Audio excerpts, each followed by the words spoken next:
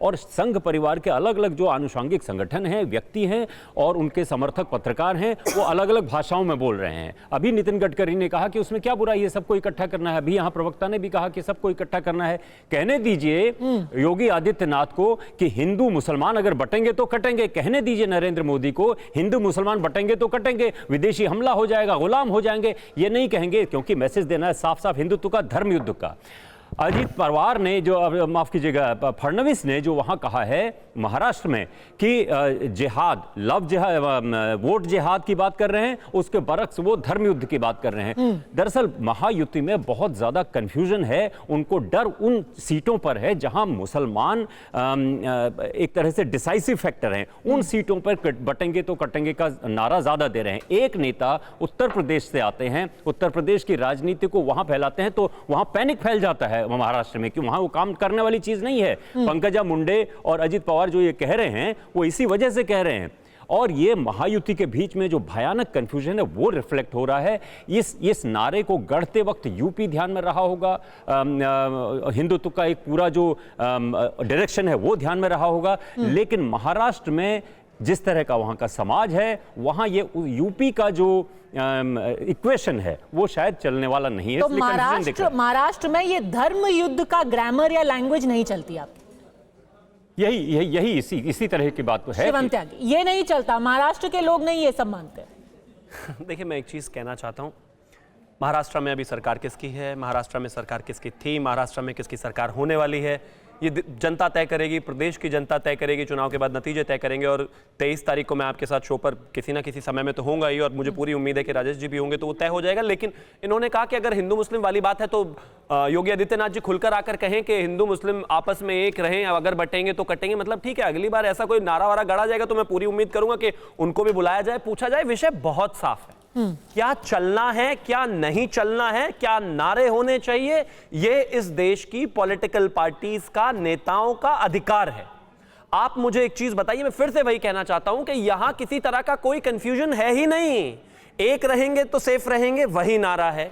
एक रहेंगे तो जो दूसरे लोग हैं वो मलाई खाएंगे, वही नारा है। बटेंगे तो कटेंगे, वही नारा है। मैं मानता हूं सबका सेंस बिल्कुल एक ही जैसा है और इसमें कोई परेशानी नहीं है। और अगर आप ऐसा मानते हैं कि ये नहीं चलता, इससे दिक्कत है, कांग्रेस ऐसा मानती है तो बटेंगे तो कटेंगे, महाराष्ट्र में नहीं चलता, तो फिर इतना पैनिक किस बात का है? छोड़ दीजिए ना, नहीं चलेगा तो हमारा ही नुकसान होने वाला है। अगर एक रहेंगे तो सेफ रहेंगे, नारा नहीं चलने वाला और इससे नुकसान होगा हमें, तो करने दीजिए ना, ये तो आपके लिए फायदा है। आप तो हमारे पॉलिटिकल ओपोनेंट है, आप तो चाहेंगे ही कि हम हार जाएं। लेकिन सच ये है कि इस नारे को लेकर समाज में, देश में एक जन चेतना जगी है, जिसको लेकर लोगों को समझ में आया है कि एक रहना चाहिए, एक रहने में ही भलाई है। और जो कुछ लोग इस देश को जाति में, धर्म में, समाज में, भाषा में, क्षेत्रवाद में बांटना चाहते थे, उनकी दुकान बंद हो रही है, क्योंकि उनकी तो पूरी राजनीतिक पैदाइश जो है, जितनी भी क्षेत्रीय पार्टियां हैं, और अब तो कांग्रेस भी कमोबेश उसी तरीके से काम करती है, जितनी भी उनकी पैदाइश है वो सब जाति के आधार पर, धर्म के आधार पर, कास्ट के आधार पर, फिर लिंग्विस्टिक अप्रोच के आधार पर, इन्हीं चीजों पर है। जब सब एक रहना शुरू कर देंगे तो उनकी राजनीति अपने आप ही खत्म हो जाएगी। दरअसल दर्द वहां पर है। ठीक है, और राजेश जी, बार बार कहा जा रहा है कि ये यूपी की जो ब्रांड की राजनीति है, महाराष्ट्र में उसके लिए कोई जगह नहीं है। महाराष्ट्र में क्या अलग राजनीति हुई है? ये महाराष्ट्र ही था जिसने बाल ठाकरे की सरकार बनाई थी। बाल ठाकरे की सरकार नहीं थी, शिवसेना की सरकार बनाई थी, मनोहर जोशी की सरकार बनाई थी, और खुद बाला साहेब ठाकरे ने बोला था कि we stand for a militant Hindutva. हम हिंदुत्व ही नहीं, मिलिटेंट हिंदुत्व सरकार बनाना चाहते हैं। देखिए ये जो है ना, आप नैरेटिव कौन सा सेट करना चाहते हैं? जब आप हिंदुत्व, जो मेजॉरिटी लोग हैं उनको हिंदुत्व की बात कहें कि हिंदू खतरे में है और आप बढ़ जाएंगे तो कट जाएंगे, तो जाहिर सी बात है बहुसंख्यक समाज में आएगा कि ये क्या होने वाला है। इतने बड़े बड़े नेता कह रहे हैं। यही तो बाल ठाकरे की सरकार, शिवसेना की सरकार में भी बोला जाता है कि हिंदू खतरे में है, उनका बांग्लादेशी आ रहे हैं, घुसपैठिए आ रहे हैं। आप इसको इतिहास में देख के जाइए, वो सिर्फ हिंदू खतरे में पहले नहीं कहा उन्होंने। बाला साहेब ठाकरे ने सबसे पहले कहा कि ये मद्रासियों के आने से यहाँ के मुंबई कर खतरे में है, मुंबई वासियों के लिए। फिर बिहारी और यूपी वाले खतरे में हो गए। देखिए, पत्रकार के तौर पर जो है वो अलग, देखिए हिंदुत्व का मसला एक अलग है। बाला साहब ठाकरे की राजनीति पहले मद्रासियों के खिलाफ, साउथ इंडियंस के खिलाफ थी, ये बिल्कुल साफ है। हिंदुत्व बाद में आया। फिर बाद में लोगों को मोबिलाइज करने के लिए पाकिस्तान के क्रिकेट मैच जब होते थे, पिच खोदने लगे, मोबिलाइजेशन का मसला है। अभी ये ऐसा है कि बीजेपी और शिवसेना में दरार पड़ गई। शिवसेना का हिंदुत्व है,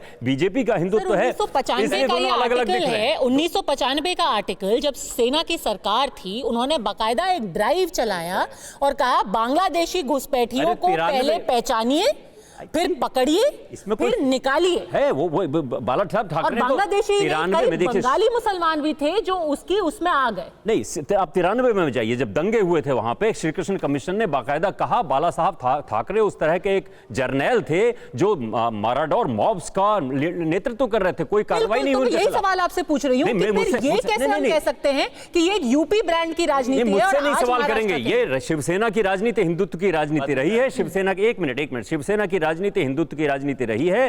अब भारतीय जनता पार्टी और शिवसेना में दो फाड़ हो गया है, शिवसेना कांग्रेस के साथ मिल गई है, तो ये रिफ्ट दिख रही है।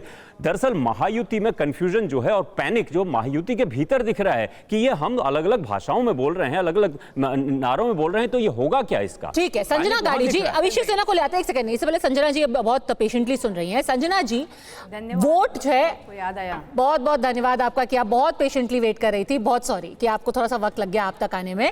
सवाल मेरा आपसे ये है कि प्रधानमंत्री का जो चैलेंज है वो तो आपने भी सुना होगा, क्योंकि अब पूरी जो लड़ाई है वो हिंदुत्व के वोट को लेकर है और सबसे बड़ा हिंदुत्व वोट के लिए चैलेंजर महाराष्ट्र में भारतीय जनता पार्टी के लिए है आप। अब प्रधानमंत्री ने क्या बोला है, अमित शाह ने भी आज वही बोला कि एक बार कांग्रेस नेतृत्व के मुंह से आप हिंदू हृदय सम्राट बाला साहेब ठाकरे बुलवा करके दिखा दीजिए। वो चैलेंज उन्होंने आपके लिए रखा है। उनका कहना है आपका रिमोट किसी और के हाथ में, तो हिंदू वोट किस तरफ जाएगा? हमें कोई ज़रूरत नहीं कि कोई बाला साहब को हिंदू हृदय सम्राट कहे या ना कहे। और ये जो चैलेंज दिया है मोदी जी ने या अमित शाह जी ने, मैं उनको चैलेंज करती हूँ कि कभी एक बार भरे भाषण में मणिपुर की अवस्था के बारे में बात कीजिए। मणिपुर में जो सांप्रदायिकता, उनका भाजपा शासित वो राज्य है, वहाँ पे जो सांप्रदायिकता दंगे हो रहे हैं 12 महीनों से हो रहे हैं, वहाँ पे महिलाओं के ऊपर अत्याचार हो रहे हैं, उसके बारे में कभी खुल के भरी सभा में बात कीजिए। वो बात नहीं करेंगे, वो हमेशा हमें लेके जाएंगे भगवे की तरफ, वो लेके जाएंगे हिंदुओं की तरफ, वो लेके जाएंगे संविधान का रंग लाल क्यों है, इन्होंने भगवे कपड़े के विरोध में क्यों बोला है। आप मुद्दे पे बात कीजिए, महाराष्ट्र की राजनीति के मुद्दे पे बात कीजिए, यहाँ पे महंगाई पे बात करिए, बेरोजगारी पे बात कीजिए। हम कहते हैं हमारा हिंदुत्व क्या है, हृदय में राम और हाथ को काम, ये उद्धव साहब जी का हिंदुत्व है।